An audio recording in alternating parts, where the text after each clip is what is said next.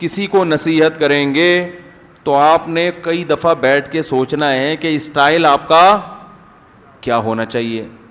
سمجھ رہے ہیں؟ کسی بڑے عالم کو نصیحت کرنے کا بھی اچھا, کچھ نصیحتیں ایسی ہوتی ہیں جو کی نہیں جاتی, جو کرنی نہیں ہے,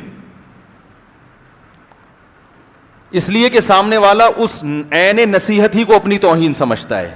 یہ وہ اتنی چھوٹی باتیں ہوتی ہیں نا کہ وہ سامنے والے کو پتا ہوتا ہے کہ یہ چیز تو سب کو معلوم ہی ہے, اس میں اگر یہ مجھے سمجھا رہا ہے تو سوائے اس کا کہ یہ اپنے آپ کو بڑا بنانا چاہتا ہے, اس کا مقصد کچھ اور نہیں ہے. دیکھیں ہمارے ہاں دارالافتاء والارشاد میں حضرت مفتی رشید احمد صاحب کے ہاں جب تلاوت ہوتی تھی نا, امام صاحب جب قرات کرتے تھے, تلاوت کرتے تھے, تو ہمارے حضرت بہت معمولی قرات کی غلطیاں بھی نکالتے تھے. مثلا کسی نے پڑھا وَإِذَا فَرَغْتَ فَانصَبْ, یہ ہے نا الم نشرح میں, تو حضرت سلام پھیرنے کے بعد اسے کہتے تھے فانصب, اتنا لمبا نہیں ہے, بس فانصب اتنا ہے, ٹھیک ہے نا. اتنی سی غلطی بھی امام کی برداشت نہیں کرتے تھے, قرات کی غلطی, تجوید کی. لیکن کوئی پروفیشنل قاری جب آتے جو مشہور ہوتے تھے, بھئی یہ تو ان کی قرآن تو دنیا میں مشہور ہے اور سب ان کی عزت ہی قرات کی وجہ سے کرتے ہیں, وہ جب قرآن پڑھتے تھے تو حضرت ان کی حالانکہ ان سے بھی کچھ غلطیاں ہو رہی ہوتی تھیں مگر حضرت نہیں بتاتے تھے, اس لیے کہ اس آدمی کی عزت ہی اس قرآن کی وجہ سے ہے کہ یہ بہت اچھا پڑھتا ہے. اگر میں اس کی غلطی بتاؤں گا تو لوگوں کے سامنے بتانے میں بے عزتی ہے کہ یار جس کو ہم اتنا بڑا قاری سمجھتے تھے اس کے پاس تو کوئی اور ہنر ہے نہیں, صرف قرات ہی ہے, اتنا بڑا قاری سمجھتے تھے, یہ بھی غلطیاں کر رہے ہیں, چلو ہے اب کیا رہ گیا اس میں بھائی. تو حضرت کو پتا تھا, علماء کی غلطیاں نکالتے تھے. میں جب نماز پڑھاتا تھا ذرا سی غلطی ہوئی نا, حضرت نے فوراً تنبیہ کرنا ہے, آپ یہ کر رہے ہیں, اس لیے کہ ہماری وجہ شہرت قرات تھوڑی ہے, اس لیے ہماری کوئی قرات میں اگر غلطی نکال دے تو کوئی بے عزتی محسوس نہیں کرتا نا اس میں انسان. لیکن ایک آدمی کی وجہ شہرت ہی قرات ہے کہ وہ قاری ہے بہت بڑا. اب کھلے عام جب آپ اس کو بتائیں گے آپ نے یہ آیت غلط پڑھی, اس بیچارے کا تو پسینے چھوٹ جائیں گے نا شرمندگی سے. اس کا طریقہ یہ کہ اس کو چھاؤں میں لے جا کے, بالکل الگ لے جا کے بند کمرے میں, یہ نہ بتایا جائے کہ آپ نے غلط پڑھا ہے, یہ بھی طریقہ صحیح نہیں ہے. ان کو یہ بتایا جائے کہ آپ نے یہ لفظ اس طرح پڑھا ہے, ہو سکتا ہے اسی طرح ہو, کیونکہ آپ بہت بڑے قاری ہیں تو آپ تو غلط نہیں پڑھ سکتے, لیکن پھر بھی اگر ایک دفعہ آپ کتابوں میں دیکھ لیں گے تو میری بھی تسلی ہو جائے گی. نہیں آ رہی بات, نہیں آ رہی میرا خیال. میں اس کی ایک مثال دیتا ہوں. میں فرض نماز کے بعد اجتماعی دعا نہیں کرتا. ایک بڑے خاندانی مقتدی تھے میرے, ابھی تو نہیں ہے وہ, انہوں نے ایک دن مجھے بلایا, مفتی صاحب ایک بات آپ سے پوچھنی ہے. میں نے کہا جی. کہہ رہے پوچھنا یہ تھا کہ یہ جو فرض نماز کے بعد اجتماعی دعا ہے اس کے بارے میں جو ہے وہ علماء سے ہم نے سنا ہے کہ یہ مانگنی چاہیے, تو دوسرے علماء کی بھی رائے ہوگی کہ نہیں مانگنی چاہیے ہیں بھائی. تو بڑے میں ان کو دیکھ رہا تھا, لب و لہجہ نا بڑی تمیز والا, تو شاید آپ کی رائے وہ ہو, تو اس بارے میں ویسے ہے کیا, اس طرح کر کے. اصل میں ان کی رائے یہ تھی کہ مانگنی چاہیے اور ان کی رائے تھی میں غلط کر رہا ہوں. لیکن انہوں نے کہا یار مفتی صاحب کو اس غلطی پر یوں کہنا کہ میں غلط کر رہا ہوں, میں ایک عامی آدمی ہوں, یہ بولیں گے یار تو آ جا پھر تو پڑھا لے تو ہمیں گنتیاں سکھا رہا ہے. یہ آ سکتا, اگرچہ الحمدللہ میرے دل میں نہیں آتا ایسا, لیکن اصولی بات تو ہے نا. مجھے تو لوگ پکڑ کے بولتے رہتے یہ غلط کیا, وہ صحیح کیا, وہ یوں کیا. میں کہتا چل بھائی اگر اتنے حساس طبیعت رکھیں تو ہم تو پھر چل ہی نہیں سکتے معاشرے میں. ہم تو سب کو اجازت دی ہوئی ہے بھائی, جو غلطی ہو پارسل تمیز سے پارسل کر دو, بس جتنی تمیز اس میں ڈال سکتے ہو ڈال دو. لیکن اصولی طور پر تو بات یہی ہے. تو مجھے ان کا اسٹائل بہت اچھا لگا. میں نے کہا مجھے پتا ہے کہ یہ اس کو صحیح نہیں سمجھتے, لیکن یہ اسٹائل ان کا بڑا اچھا لگا کہ یہ اگلے کی عزت کا بھی خیال کر رہے ہیں, یہ بھی شو نہیں کرنا چاہ رہے کہ میں آپ سے بڑا ہوں. تو میں نے پھر ان کو تمیز سے محبت سے دلائل تھوڑے سے سمجھائے. میں نے کہا یوں ہے ایسے کر کے پتلی گلی سے نکلو, شاباش, یہ تمہارا کام نہیں ہمارا کام ہے یہ, ٹھیک ہے نا. تو مسجد کے اماموں کے پیچھے پڑ جائیں گے بلا وجہ, ان کو سمجھا رہے ہیں امام صاحب یوں نہیں کرو, یوں کرو, ایسے نہیں کرو, ایسے کرو. آپ کو پتہ ہے کسی مفتی سے جا کے پوچھ لو, بھائی اس کو سمجھانے کا طریقہ یہ نہیں ہے. امام سے اگر کوئی غلطی ہو رہی ہے نا نماز میں, ایک مسجد کے امام تھے, وہ ایک لفظ بڑا غلط پڑھتے تھے. یہ جو آتا ہے نا, یہ سورہ فجر کی آیتیں ہیں,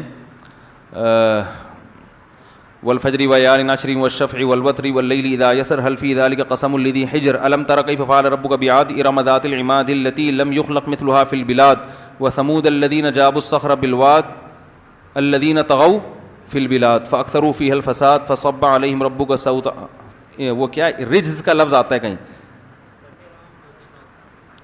رجز کا لفظ آتا ہے رجز. وفرعون ذی الاوتاد الذین طغوا فی البلاد وثمود الذین جابوا الصخر بالواد وفرعون ذی الاوتاد الذین طغوا فی البلاد فاکثروا فیها الفساد فصب علیہم ربک سوط عذاب ان ربک لبالمرصاد. پتہ نہیں کہاں گئی وہ آیت. فقدر علیہ رزقہ, ہاں یہ تو رزقہ کو پڑھتے تھے رزقہ, زے کو سین پڑھتے تھے, وہ زے کو کیا پڑھتے تھے سین. غلطی ہے, بڑی غلطی ہے. فقدر علیہ رزقہ, لیکن وہ امام تھے بڑے نازک مزاج نا. میں نے ایک دو دفعہ دیکھا تھا ان کی تراویح میں کسی نے غلطی نکالی تو انہوں نے پھر ساری زندگی اس کی غلطیاں نکالتے رہتے.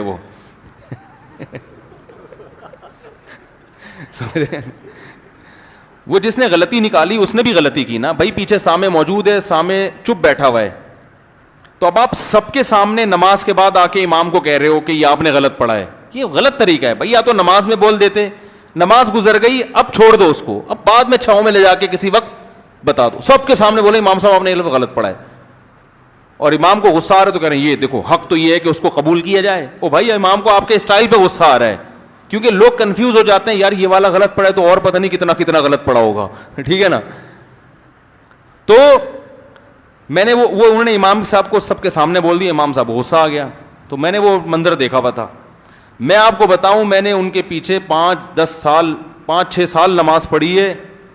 یہ رزق کو میں ایک دفعہ بھی ان کو نہیں بتا سکا. میں نے کہا یار کچھ اور نہ ہو جائے تو کیسے بتاؤں میں. وہ کیسے سوچتے سوچتے ان کا انا للہ ہو گیا امام صاحب, اللہ ان کی مغفرت فرمائے. اس لیے کہ اور مسئلہ نہ کھڑا ہو جائے نا بھائی. نماز تو صحیح ہو رہی ہے لیکن اب اس کو کیسے تنبیہ کریں. تو ہمارے حضرت نے ایک طریقہ بتایا, امام سے اگر کوئی غلطی ہو رہی ہو تو اس کو تنبیہ کرنے کا طریقہ یہ ہے کہ پرچے پہ لکھو کہ آپ یہ لفظ غلط پڑھتے ہیں, اور ایسی جگہ سے ان تک پہنچا دو کہ قیامت تک ان کو پتہ نہ چلے یہ پرچہ دیا کس نے. ورنہ عین ممکن ہے جمعے کی ساری تقریر آپ کے بارے میں ہو, کیونکہ امام صاحب کو یہ احساس ہونے لگتا ہے کہ یہ مجھے نیچا دکھا رہے ہیں. یہ پتہ نہیں شیطان اماموں کے دل میں عام طور پہ ڈال دیتا ہے کہ یہ مجھے میری انسلٹ کر رہا ہے, حالانکہ وہ بیچارہ ویسے ہی سمجھا رہا ہوتا ہے. تو جب آپ کو پتہ ہے کہ امام اتنے حساس ہوتے ہیں تو پھر حضرت فرمایا کرتے تھے اماموں کی پینٹ تو ہوتی نہیں کہ اس کی جیب میں ڈال دیں آپ. تو اس کا طریقہ یہ ہے کہ بھائی کوئی پرچی پہ مسئلہ لکھا ہے امام صاحب, یہ رزقہ کو رزق سین پڑھتے ہیں آپ, اس کو پلیز درست کر لیں آپ. اور آپ سمیع اللہ لمن حمیدہ کہتے ہی سجدے میں چلے جاتے ہیں, تھوڑی دیر اطمینان سے کھڑے ہو جائے کریں. یا آپ اتحیات اتنی جلدی پڑھتے ہیں کہ مقتدیوں کی اتحیات مکمل ہی نہیں ہوتی, وہ سارے کھڑے. تو ایسی چھوٹی موٹی کوئی غلطی ہو تو حضرت فرمایا کرتے تھے امام اگر بہت ہی حساس ٹائپ کا امام ہے تو آپ پرچہ لکھ کے جب کوئی بھی مسجد میں نہ ہو, دیکھیں دائیں بائیں کیمرے تو نہیں لگے ہوئے, چپکے سے امام کے مصلے پہ پرچہ رکھ کے غائب ہو جائیں. رائٹنگ سے بھی نہ پکڑے جائیں آپ. ہمارے حضرت فرمایا کرتے تھے امام بس دیکھے اور وہ قیامت تک تلاش کرتا رہے یہ لکھا کس نے ہے. تو اس سے اصلاح بھی ہو جائے گی اور آپ پر جمعے کو تقریر نہیں ہوگی. وہ ایک امام صاحب سیدھے سادے تھے, گاؤں دیہات کے. ان کی کہیں نظر پڑ گئی کسی خاتون کی, محلے کی, بڑی خوبصورت تھی وہ, کہیں بیچاروں نے توبہ استغفار کی, نظر وہی اتفاقیہ نظر پڑ گئی نا. اب ان کے لاشعور میں وہ یہ جمعے کی تقریروں میں نا امام سے بچ کے رہنا چاہیے. تو وہ بیان کر رہے, بیان میں کہہ رہے جنت کی حوریں ایسی ہوں گی, جنت کی حوریں ایسی ہوں گی, زبردست, ایسا خوبصورت, ایسی حسن, کیا بتاؤں وہ فلاں کی بیوی کو دیکھ لو جا کے ویسی ہوں. وہ فلاں کی بیوی, پھر ان کو احساس ہوا یار یہ میں نے کیا بول دیا ہے. تو اس لیے امام کو کوئی بات اگر سمجھائیں, ہمارے حضرت فرماتے تھے, میں تو چھوٹا منہ بڑی بات, اکثر تو الحمدللہ خیر غالب ہے, بعض ہوتے ہیں بڑے سینسٹیو قسم کے, تو ایسے سینسٹیو اماموں کے بارے میں اصول یہ کہ چپکے سے پرچہ لگ کے پتلی گلی سے نکل لیں بس, اور ایک دفعہ سمجھائیں, دوسری دفعہ نہ سمجھائیں. دوسری بات یہ, اگر پھر بھی وہ خامی نہ چھوڑے تو آپ نے امام کا احترام نہیں چھوڑنا.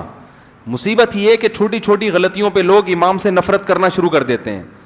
او بھائی دیکھو, قیامت کے دن بھی اللہ تعالیٰ اعمال کو تولیں گے, نیکیاں زیادہ ہیں تو برائیوں کو اگنور کر دیں گے, ایسا ہی ہے نا, جنت میں جاؤ برائیاں معاف ہیں. تو اس سے پتہ چلتا ہے کہ 100% درست کوئی بھی نہیں ہوتا. تو امام کی سب سے بڑی نیکی یہ ہے کہ بھائی سب سے بڑی خوبی, سب سے بڑا مرتبہ, مقام کہ آپ کی مسجد میں وہ آپ کو فرض نماز پڑھاتا ہے, اس کے پیچھے آپ اللہ کے سامنے ہاتھ باندھ کے کھڑے ہوتے ہو. اتنا بڑا مقام, اتنا بڑا علاقے کے کونسلر کا مقام کم ہے, امام کا مقام شریعت کی نظر میں زیادہ ہے کہ مصلی پہ کھڑے ہو کے اللہ کے سامنے حاضری دے رہے ہیں, آپ اس کے پیچھے کھڑے ہوئے ہو.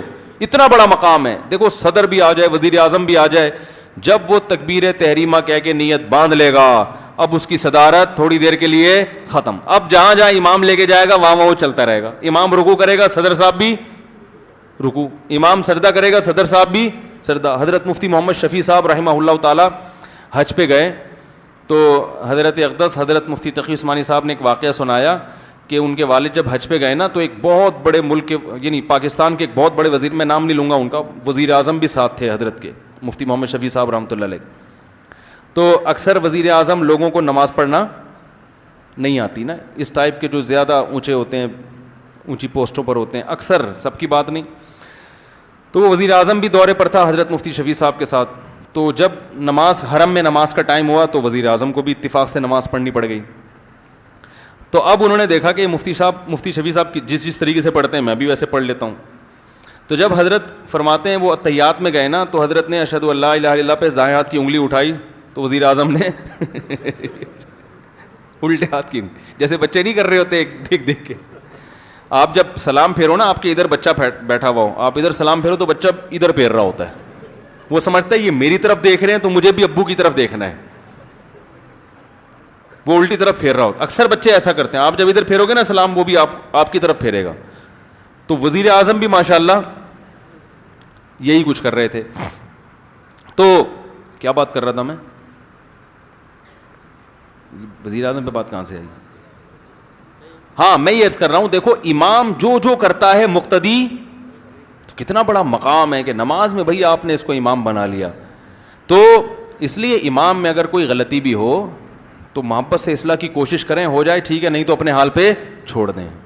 اور اپنی بیوی پہ قیاس کر لیا کریں امام صاحب کو کہ میری بیوی کون سا 100% درست ہے, پھر بھی لے کے چل رہا ہوں نا, عزت دے رہا ہوں, برداشت کر رہا ہوں. تو امام بھی یار وہ بھی انسان ہے, 100% کامل دنیا میں کوئی بھی نہیں ہوتا. ہمارے فرمایا کرتے تھے امام کو اتنی عزت دے دو جتنی اپنی بیویوں کو گھر میں دیتے ہو تو بھی غنیمت ہے, اس سے زیادہ دینی چاہیے. مثال دے رہا ہوں میں. تو اللہ نے کیا فرمایا, ایسے لوگوں کو فالو مت کرو جو تانے دیتے ہیں. تانا کسے کہتے ہیں؟ آپ جا کے آگ لگا دو, جیسے کہ ہو رہا ہے فیس بک پہ, یوٹیوب پہ کیا ہو رہا ہے, کسی مشہور شخصیت کا کوئی عیب نظر آئے تو یوٹیوبرز کو اپنے ویورز بڑھانے کا بہترین ذریعہ ہاتھ آ جاتا ہے. تو کیا یہ معاشرے کی اصلاح کر رہے ہیں؟ بولو نا بھائی. کہاں موقع ملا کوئی پھڈا آ جائے نا, آج فلانے مولانا کا فلانے مولانا سے پھڈا ہوا, ایک مثال ہے, ایک دم وہ پھڈا ہائی لائٹ ہوگا, فلانے فلاں کی برائی کر دی یوٹیوب پہ آ کے. ابھی میرے خلاف کسی نے کلپ بھیجا, وہ کہہ رہے ہیں کہ یہ ایک مولانا صاحب کا نا مشہور, کہ یہ کہہ رہے یہ طارق مسعود جو ہے نا یوں ہیں, اور بہت عجیب سے الفاظ استعمال کیے. مجھے کلپ بھیجا, میں مسکرایا, میں نے کہا چلو ماشاءاللہ یار عزت ہو رہی ہے معاشرے میں. ان کی چاہت یہ تھی کہ میں کیا کروں, کلپ بناؤں. میں نے کہا ہاں, اس لیے کلپ بنوایا جا رہا ہے کہ پھر پیسہ کون کمائے گا, ہم بے عزت ہوں گے, ایک اور کلپ آ جائے گا ہمارے خلاف, پھر ہم ایک اور, تو لڑیں گے آپس میں. ان کے مریدین مجھے گالیاں دیں گے, میرے مریدین ان کو برا بھلا کہیں گے, اور یوٹیوبرز کے چینل پہ یہ کشتی دبا کے چلے گی, اور مونیٹائز جو چینل ہے ان کا پیسہ کہاں جائے گا, جیبوں میں نوٹ رکھ کے گھوم رہے ہوں گے. ٹھیک ہے نا. تو دیکھنا چاہیے بھائی معاشرے میں ہو کیا رہا ہے, کون کیا چاہتا ہے. اور یوٹیوبرز زیادہ تر جو جن کا مقصد صرف پیسہ برائے, پیسہ کمانا بری چیز نہیں ہے, معاشرے میں اچھا کام کر کے بھی تو پیسہ کمایا جا سکتا ہے نا. بھائی ہم کب کہتے ہیں یوٹیوب سے پیسہ مت کماؤ, آپ اچھی چیزوں کو پروموٹ کر کے کما لو, اگر اس میں کم آ رہا ہے تو کم پہ گزارا کر لو, جو حلال کم ہوتا ہے اس میں اللہ برکت زیادہ دیتا ہے, اور جو لڑوا کے اور منفی چیزوں کو آپ پروموٹ کر کے پیسہ کما رہے ہو اس میں برکت, اور پھر ساری زندگی آپ کے چینل اسی پھڈے پہ چلتے ہیں. جو چینل پھڈے بازی پھیلا رہے تھے نا, تو جب معاشرے میں پھڈے کم ہوئے ان کی ارننگ کم ہو گئی, کیونکہ ان کے ویور زیادہ تر وہی بنے جو پھڈے دیکھنے کے عادی ہیں. اب محبت کی باتیں وہ کر رہے ہیں تو وہ ان چینل کے ویورز بڑھ ہی نہیں رہے.